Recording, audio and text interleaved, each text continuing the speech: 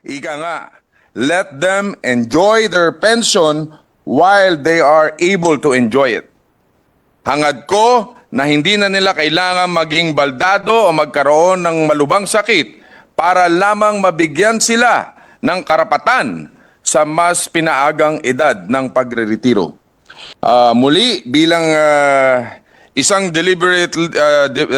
deliberative body, inahain ko ang isang panukalang matagal ng panawagan ng ating mga kawani sa pamahalaan.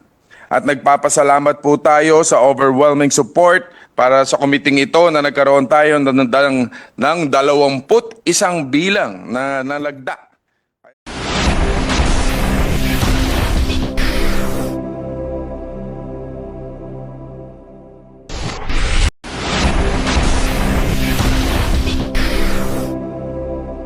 Act on that. I believe Senator J.V. Ercitos already said that he will no longer interpolate, no, so that we can Yes. and we'll just propound amendments Together So with we can- Senator Grace Poe, Mr. President. Perfect. So we can Yes. shorten the list down to the Yes, that's why- minority leader. So Yeah. Yes, Mr. President. I move for the previous question, Mr. President. yes, there being no objection, the consideration suspended. Yes, and just to put on record, we will tackle this measure at a later hour, Mr. President. Mr. President, with the permission of the body, I move that we transfer from the calendar for ordinary business to the calendar for special orders, Committee Report number 134 on Senate Bill number 2444.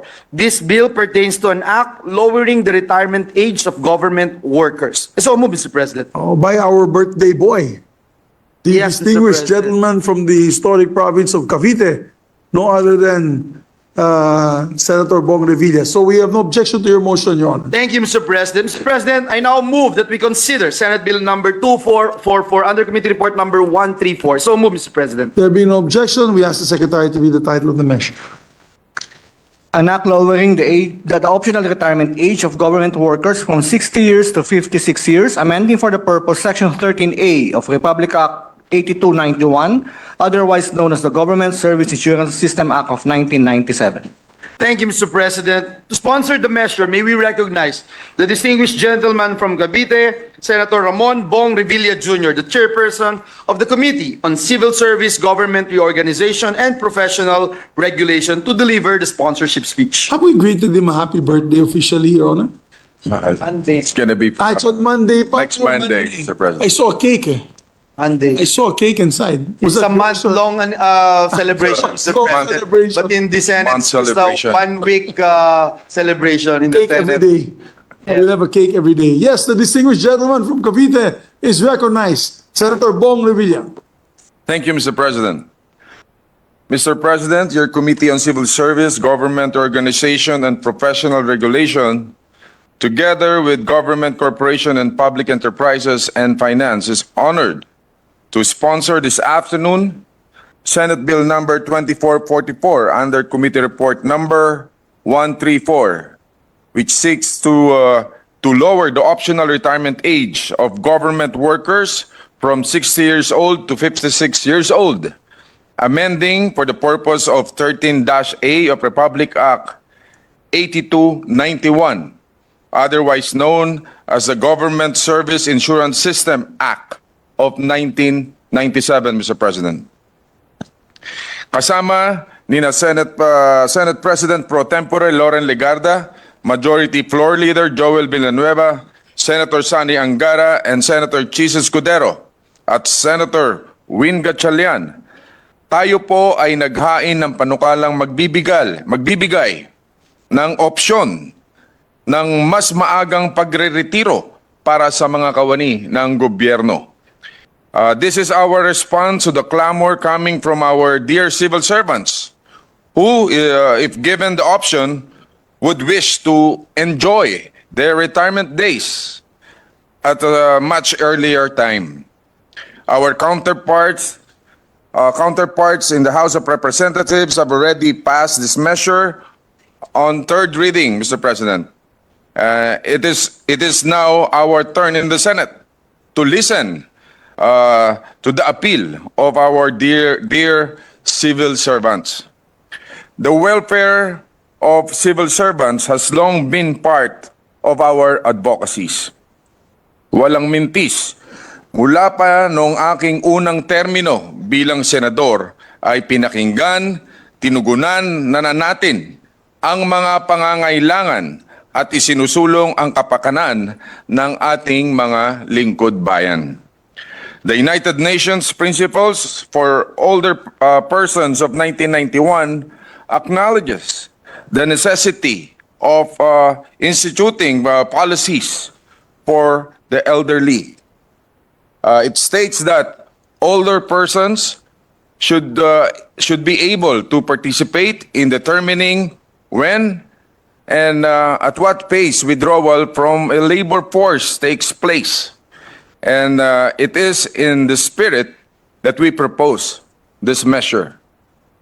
Sa mahabang panahon ng konsultasyon para dito ay binalanse ng komite ang kakayahan ng Government Service Insurance System o GSIS bilang tagapamahala ng kontribusyon ng mga kawani ng gobyerno sa kanilang pagbibigay seguridad sa nasabing pondo sa isang banda at ang kalayaan naman ng mga miyembro nito na magdesisyon ukol sa kanilang pagre-retiro sa kabilang banda.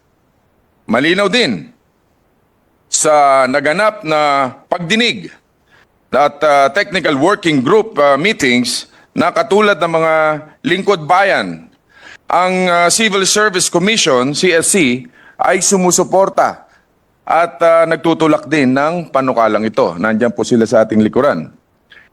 The hearing and the TWG meetings conducted by the committee revealed not only the earnest desire of the government workers to be given the option to retire earlier, but more importantly, the true numbers which unveiled the lowering the optional retirement age and will not be to the detriment of the GSIS, Mr. President.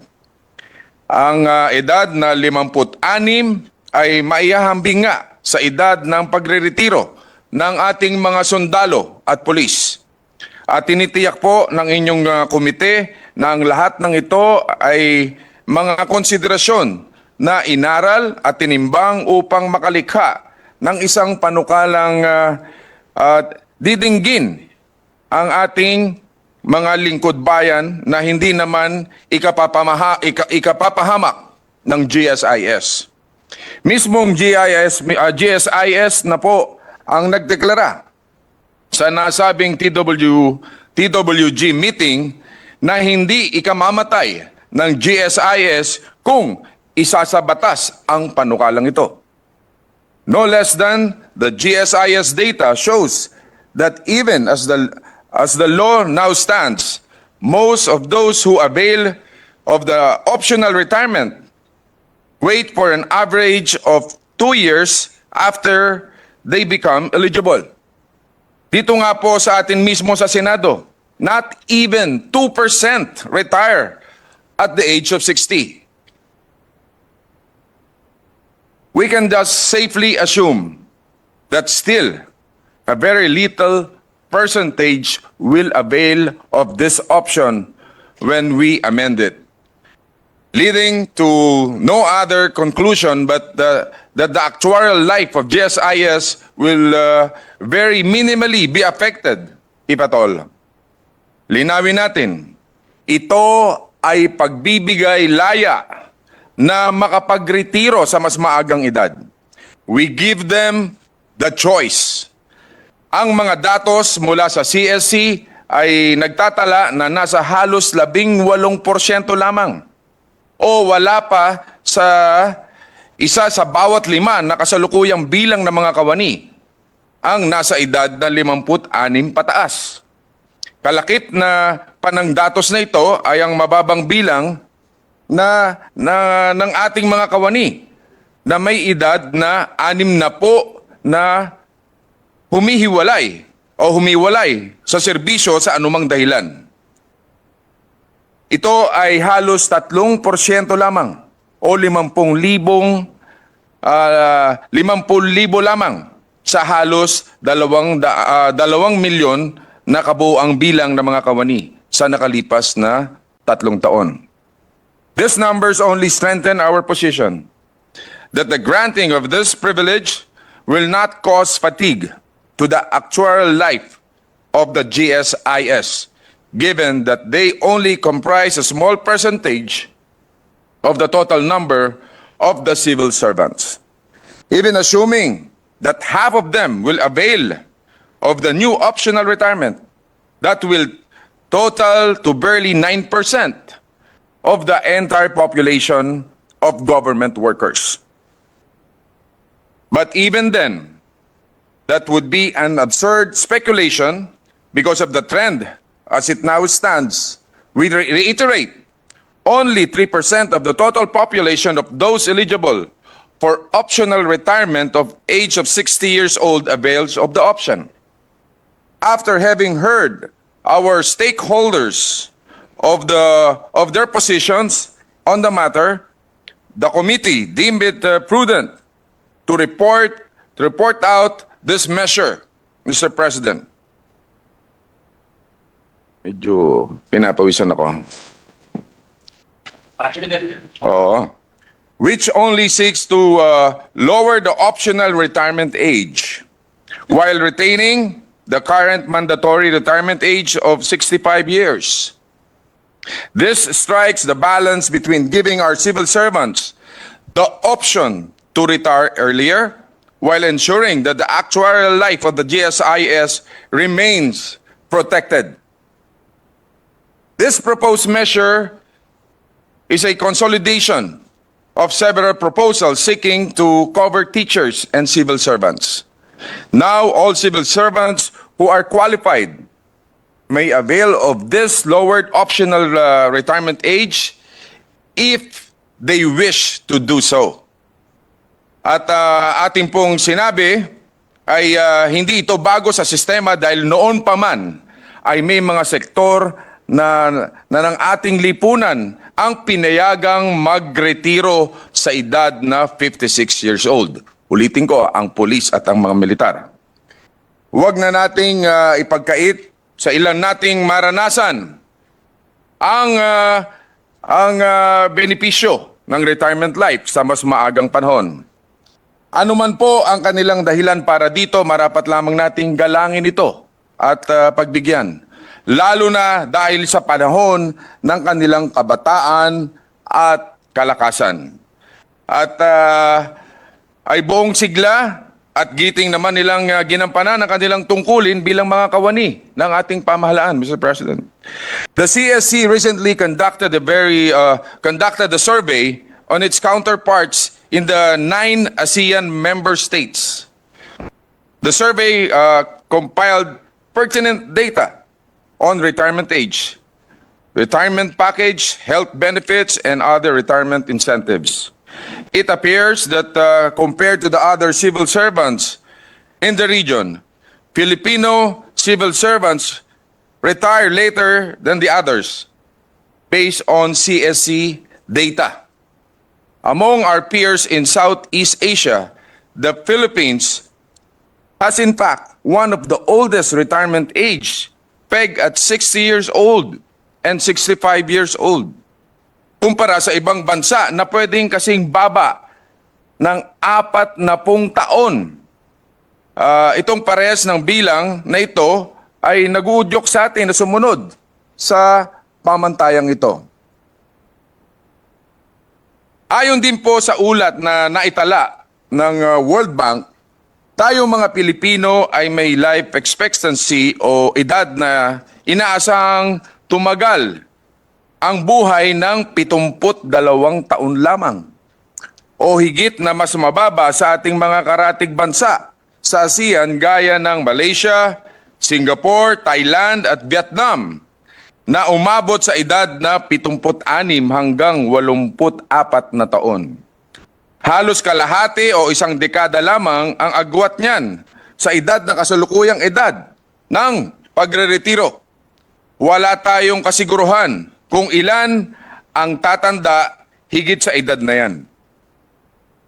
With this data on hand, indeed, we have to do something so that those who wish to enjoy their retirement earlier and have a longer life to spend with their family and loved ones will have that option. We maintain that the trend here in the region is a low optional retirement age and stress that we cannot compare ourselves with other countries increasing the retirement age, especially when we have a young and growing population. Marami tayong batang kababayan na posibleng maging bahagi ng ating labor force kumpara sa ibang karatig bansa natin na mas marami na ang nasa aging population. And with this measure, we will be opening doors to this younger population,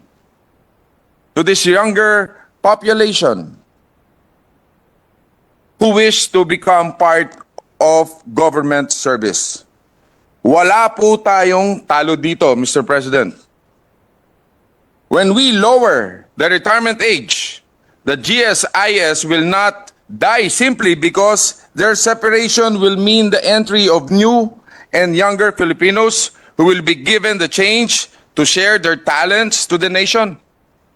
Hindi po mababawasan ang mga contributors ng GSIS dahil siguradong may hahalili po sa kanilang iiwanang posisyon para maliwanag po. At sa kanilang pagtahak sa buhay retirado, mabibigyan din natin ng pagkakataon ang mga bagong sibol na makapagtatrabaho para sa ating hanay. Siguradong mayroong mga bagong papasok na may kaparehong sipag at tiyaga sa paglilingkod sa ating mga kababayan. Hindi tayo magkakaroon ng malawakang kawalan ng kawani. Bagkus ay nagbibigay tayo ng oportunidad sa iba ang nais maisama sa hanay ng mga lingkod bayan. Magandang mapag-isipan ang maging bunga ng pagpapaaga ng 4 na taon para sa kwalipikado na sa optional retirement. Paniguradong win-win po ito. Mailalaan nila ang dagdag na panahong ito sa kanilang mga pamilya at para sa sarili na malayo sa work-related stress. Tumatakbo ang ating oras at mahalaga ang bawat sandali kasama ng ating mga mahal sa buhay. Hindi naman po katapusan ang kahulugan ng pagre-retiro. Kasama din sa option nila ang maging produktibo sa iba pang bagay, hobbies o ibang passion nila. Naway kasama nila tayo na maitulak ang kanilang hangaring matamasa, ang bunga ng kanilang pagtatrabaho habang kaya pa ang kanilang mga tuhod. Ika nga, let them enjoy their pension while they are able to enjoy it.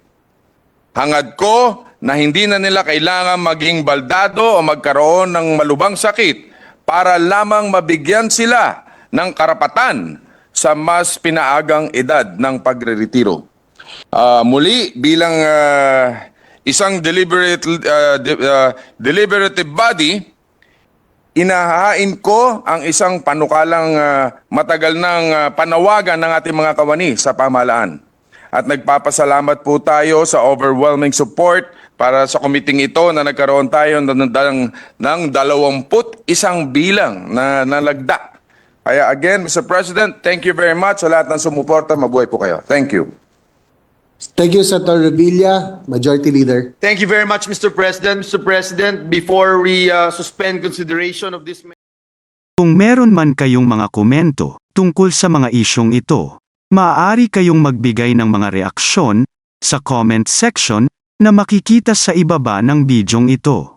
Maraming salamat, at kung ikaw ay interesado ng mga bidyong tulad nito, mangyaring suportahan ang channel na ito sa pamamagitan ng pagpindot ng like, pag-share ng mga video at kung bago ka pa lang sa channel na ito, please subscribe sa channel na ito at pindutin ang notification bell at piliin ang all upang maabisuhan ka para sa mga paparating pang mga videos.